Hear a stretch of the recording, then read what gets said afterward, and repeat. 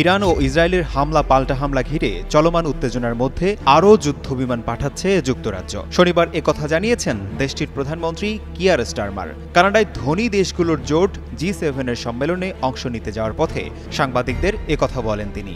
আর এটা ওইটা না, কাপড় ধোয়ার একটাই সলিউশন, চাকা অল ইন ওয়ান। বলেন, ইসরায়েল ও ইরানের মধ্যে তীব্র যুদ্ধের মাঝে মধ্যপ্রাচ্যে আরও RAF জেট পাঠানো হচ্ছে। তিনি জানান, টাইফুন এবং আকাশ থেকে আকাশে জ্বালানি তেলবাহী জাহাজ সহ সামরিক বিমানগুলো এই অঞ্চল জুড়ে জরুরি সহায়তার জন্য পাঠানো হচ্ছে।